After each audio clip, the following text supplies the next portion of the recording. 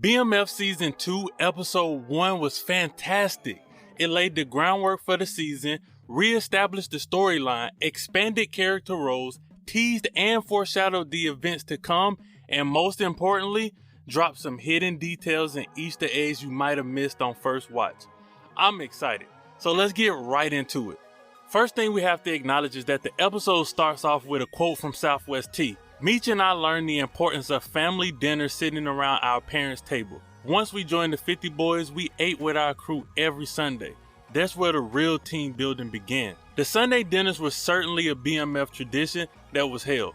This quote also sets the foundation for this week's episode titled Family Dinner. But it's important to note that Season 1 started off and continued with Meech quotes and narration, and a flash forward to the older Meech coming home from prison in the early 2000s.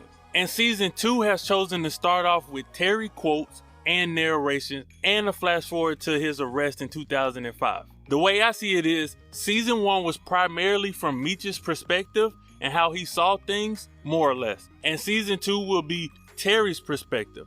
I really like this format. We ought to know, we family, no matter what. Sometimes families have fallen outs. I know that better than anybody at this table. Terry mentions families falling out, and that's a reference to the real life divide between Terry and Meech around the time that they were arrested, as well as what we're about to see take place in episode 1. Everybody at this table will forever be 263. 263. 263 is the crew Terry branched off with and made. 263 is simply BMF spelled out on a telephone pad. That's Rayful Edmonds and the DC Boys. Rayful Edmonds, biggest drug dealer out of DC in the 80s. That's Freeway Rick and his crew from LA. Freeway Ricky Ross, the subject of many stories, docs, and movies. And also the man Franklin Saint from Snowfall was originally based off of. Who them Bob Marley looking motherfuckers over there? That's Chris Coke and the Jamaican Posse. Chris Coke was a major player in the drug industry as well. He started running his dad's drug business in '92. Boxing matches have always been a drug dealer's Super Bowl.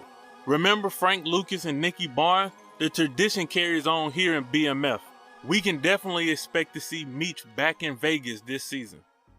You can already see the resentment and dissatisfaction playing out right here. A divorce is inevitable in this season.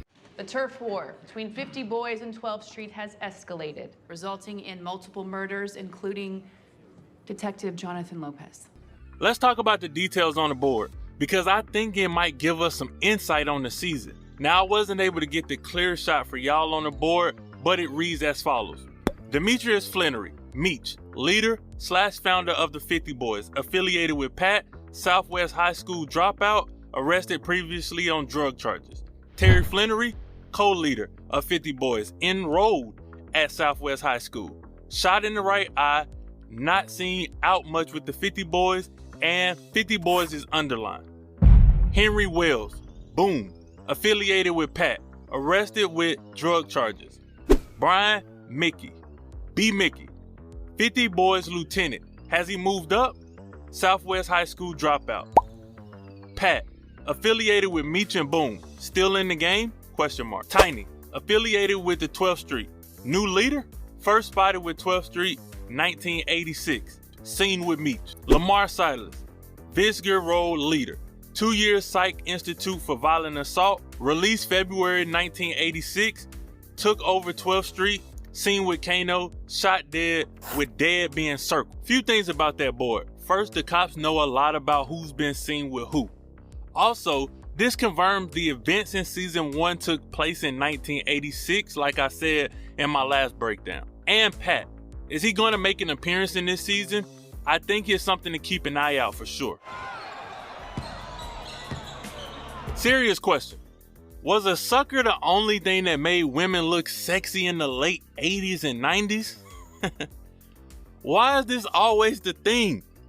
I mean, it is working though, god dang. Whew. Alright, sorry, back to business. We must take this moment to speak about K9. Holy, what a character introduction. And like I told y'all before, the first time we see a character speak, it shows us everything we need to know. And this and every scene in the episode shows that K9 is about business and is not someone to be trifled with. My goodness, I'm enjoying this character already. Ryan, I'm low-key mad you're a fan of this channel, cause I don't want to sound biased, but real talk bro, you are killing this role so far. This character is menacing and respectable, much like Frank Lucas in American Gangster.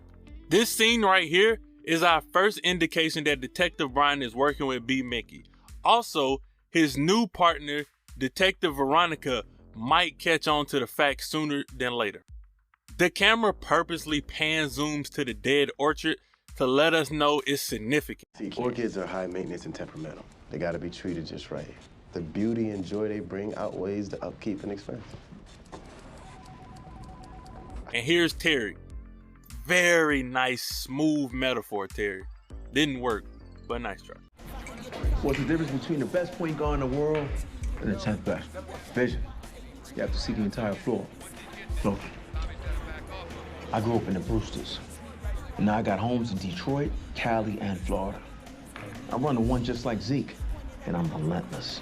He's referring to Isaiah Thomas from the Pistons, and there is even a Detroit Bad Boys jersey on the wall in the back.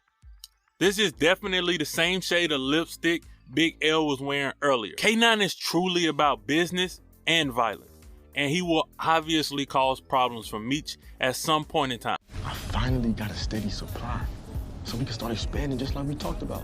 Nigga, we gonna set up shop in other cities and take over the fucking nation. Meech needs and wants Terry's help. That's the reason for this conversation in the car. Hey. Broke ass nigga. This is hilarious to me. I know it's disrespectful, but it's also funny. It's revealed that Lamar is in critical condition, but not dead, and later he wakes up. So I was correct in my assumption that he was still alive, but I have another guess.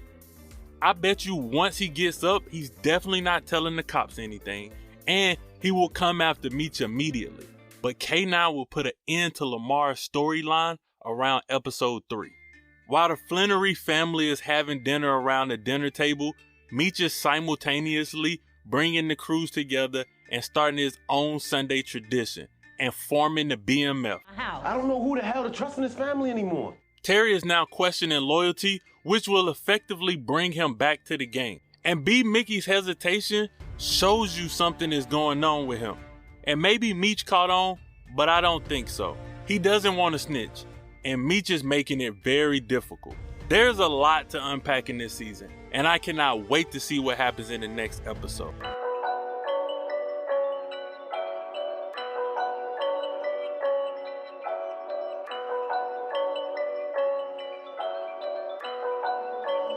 It's a culture breakdown.